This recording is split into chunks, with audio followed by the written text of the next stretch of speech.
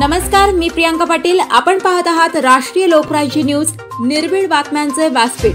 आज आपण दिवसभरामध्ये घडणाऱ्या घडामोडींवर नजर टाकूया.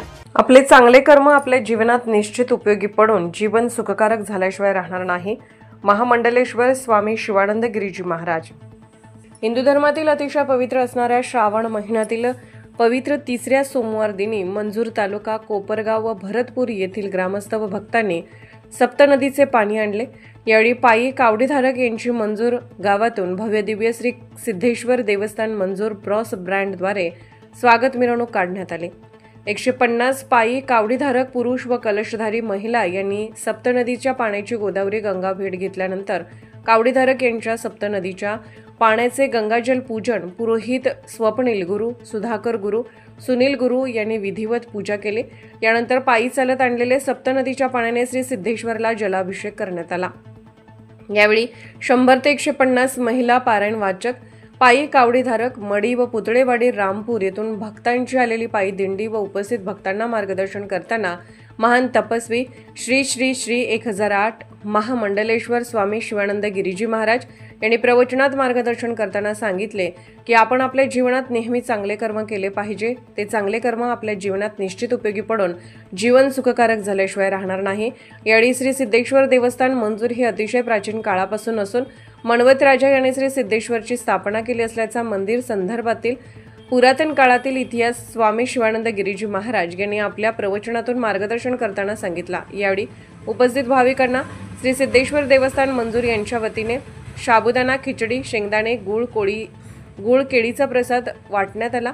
या सर्व पवित्र कार्यक्रमास उपस्थित राहून स्वामी शिवानंद गिरीजी महाराज यांचे दर्शन घेण्याचे भाग्य लाभले. श्री प्रशांत कुलकर्णी, अखिल भारतीय संत समिती धर्म महाराष्ट्र राज्य संयोजक यांचीही उपस्थिती होती. सर्वांनी जलाचं पूजन केलेलं आहे. मंजूरचे जे कावड यात्रे आहे त्यांनी 7 नद्यांचं पाणी आणलेलं आहे.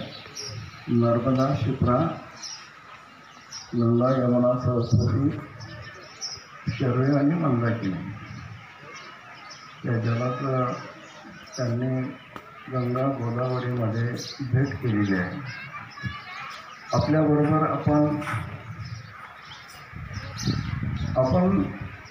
आपण पवित्र होऊन गावाला पवित्र केलेलं आहे, लक्षात ठेवा.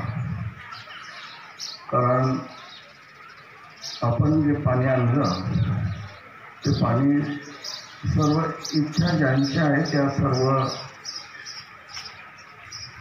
जे श्रद्धावान भाविक आहे त्यांना दिलं आणि त्यांनाही ते पुण्य घडलेलं आहे. त्याचबरोबर विघनवाडीचे जे ग्रामस्थ आहेत त्यांनी मुळा नदीचं उगमस्थानचं जल आणलेलं आहे आणि तेही आपल्याबरोबर गावालाही दिलेलं आहे. फार कष्टाचं काम आहे, आर्थिक काम आहे. सर्वांना धन्यवाद. जल हे सर्व भगवान शिवाच्या जटेमधून निर्माण झालेलं आहे. म्हणून कुठलंही जल, कुठल्याही नदीचं जल हे भगवान शिवाच्या माथ्यावरून आलेलं आहे. मानव हा कुठल्याही धर्माचा असो, कुठल्याही पंथाचा असो, त्या पंथामध्ये धर्मामध्ये जल हे पूजनीय आहे. पहिल्यांदा आपण जन्माला येतो. जन्माला आल्यानंतर पहिलं काय आहे? पहिलं जल, नंतर अन्न, आणि मृत्यू झाल्यानंतर शेवट काय आहे? सर्वांना माहिती आहे. शेवट जल. म्हणजे जन्म आणि मृत्यू दोन्ही वेळेस जल आहे. मग हे पुण्यकर्म करत असताना आपल्याजवळ धन, दौलत, शरीर, रूप आहे, स्वरूप आहे, कसंही आहे, धन आहे, सोनं आहे, दौलत आहे, हे आपल्याबरोबर येत नाही. आपल्याबरोबर येत नाही. आपल्या भारतामध्ये 100 रुपये, 500 रुपये, 200 रुपये का 50 रुपये, 20 रुपये, हे युरोपमध्ये गेल्यानंतर, बाहेरच्या देशात गेल्यानंतर याची किंमत काय आहे?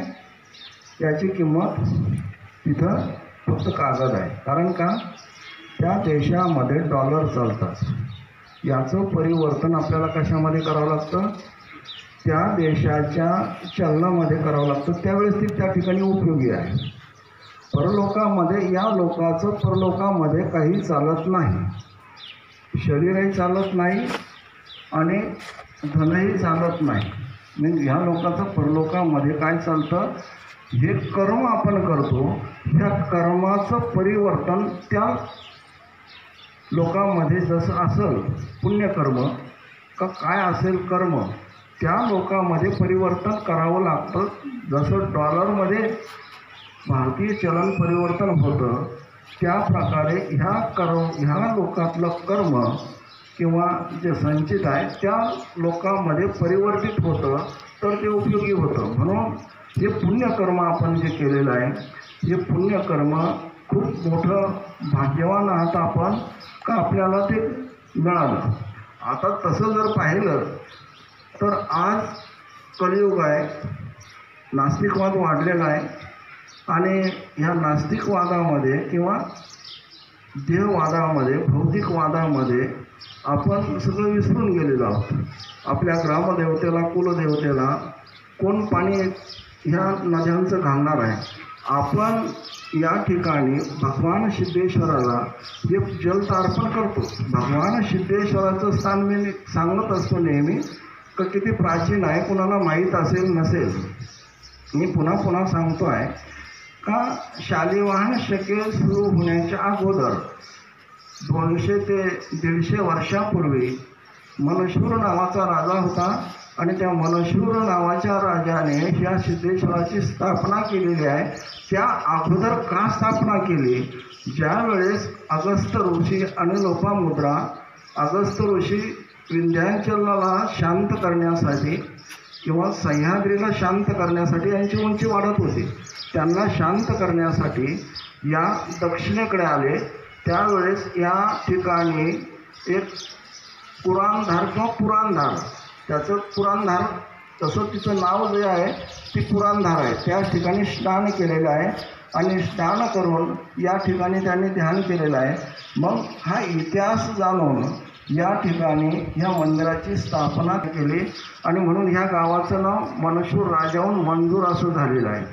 हा प्राचीन इतिहास आहे. याचं स्थापना ज्यावेळेस केली, प्राणप्रतिष्ठा किंवा जीर्णोद्धार करायचं ज्यावेळेस ठरलं, त्यावेळेस कुठला दगड वापरायचा, कसा वापरायचा, कारण आपला दगड जो आहे, आपला लोकल दगड महाराष्ट्रातला काय पूर्ण हा नाही. हा ज्यावेळेस लॅबमध्ये चेक केला, हा आयर्न स्टोन किंवा लोखंडी स्टोन आहे, ह्याला वेल्डिंग होतं ह्या दगडाला, म्हणून ते निश्चित केलं आणि आर्थिक दृष्ट्या खूप खर्चाचं होतं, तरीसुद्धा याची स्थापना केलेली आहे. हे मंजूरच नाही तर माझे कित्येक स्थानं आहेत. आता हे मंडळी लखनौला गेले, लखनौला आहे, त्या ठिकाणी 4.5 एकर जागा आहे, गावामध्ये आहे. लखनौ हे राजधानीचं ठिकाण आहे आणि गावामध्ये 4.5 एकर जागा आहे. त्या ठिकाणी बडा इमामवाडा म्हणजे भुलभुलैया म्हणतात त्याला, खेटून आहे. त्या ठिकाणी 1 स्क्वेअर फुटाची जागा ही 50,000 रुपये स्क्वेअर फूट आहे. ते स्थान माझ्या नावावर आहे. 11 गुंठे जागा गायघाट जे आहे त्या ठिकाणी ही गेलेली आहे. 11 गुंठे जागा आहे, ती 11 गुंठे जागा ही माझ्या नावावर आहे. आणि गिरनारला, ज्या ठिकाणी आपण गिरनारला वर चढतो त्याही ठिकाणी अनुसया आश्रम म्हणून आहे, ती जागाही माझ्या नावावर आहे. गंगानगरजवळ शिवशक्ती आश्रम आहे, तोही माझ्या नावावर आहे. बरेच ठिकाणं आहेत. मग या ठिकाणी हे मंदिराचं काम किंवा ह्या इतिहास ही सिद्धभूमी आहे. ह्या ज्यावेळेस ह्या मंदिराचं जीर्णोद्धार करायचा ठरला त्यावेळेस मंदिर खोललं. मंदिर खोलत असताना प्राचीन इतिहास मला एवढा टाईम नाही सांगायला. या ठिकाणी कल्याणगिरी म्हणून एक महात्मा होते का ज्यांची समाधी आज लखनौला आहे. कल्याणगिरी मंदिर म्हणून प्रसिद्ध लखनौमधलं मंदिर आहे. त्या ठिकाणी समाधी आहे. ते पहिले या ठिकाणी होते. या ठिकाणी असताना काही त्यांना सिद्ध महात्मा होते आणि त्यांना काही त्यांच्या मनात काही विपरीतता आली आणि त्यांनी या ठिकाणचा नंदी उचलून नदीत टाकला. म्हणून या ठिकाणी नंदी नव्हता पहिला. आता नंदीची स्थापना करायची आहे. मग या ठिकाणी ज्यावेळेस उत्खनन केलं त्यावेळेस एकाखाली एक, बऱ्याच लोकांना माहिती असेल नसेल, एकाखाली एक 7 शिवलिंग निघाले आणि ते 7 शिवलिंग पुन्हा स्थापन केलेले आहे एकाखाली एक. म्हणून हे स्थान प्राचीन आहे. त्या स्थानाचा आपण जल अभिषेक करतो आहे. त्याबरोबर आपण ग्रामदेवता आहे त्या ग्रामदेवतेला सुद्धा, नाही तर कोणी पाणी घातलं असतं. आज पूर्वी कसं होतं, दररोज श्रावणमध्ये किंवा इतर वेळेस जल प्रत्येक देवतेला अर्पण करायचे, परंतु आज कोणीही जल अर्पण करत नाही.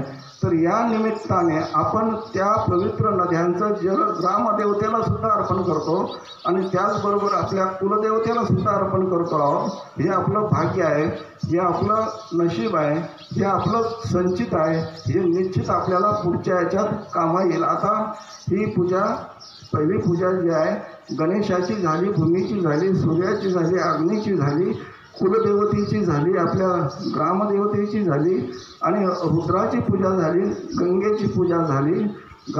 आता हे जे कर्म जे आहे, तुम्हाला हा शब्द माहीत नाही, आपण मावंदा म्हणतो. मावंद्याला दुसरं काना म्हणतात किंवा एकत्रीकरण म्हणतात.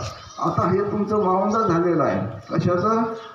इतर नद्यांचं आणि गंगेचं, गंगा गोदावरीचं हे मावंद झालेलं आहे. हे मावंद होऊन, ह्या जलाची पूजा होऊन आपण हे सिद्धेश्वरला अर्पण करायचं आहे आणि त्यानंतर ते अर्पण झाल्यानंतर आपण फलाहार करायचा आहे. फलाहार झाल्यानंतर आपण ग्रामदेवतेला ते जल अर्पण करून आपण घरी कुलदेवतेला किंवा घरातल्या देवतेला ते अर्पण करायचं आहे. या निमित्ताने तरी गावातल्या देवांना पाणी, बरोबर नाही तर तुम्ही सगळे पाणी घालणारी मला माहिती आहे.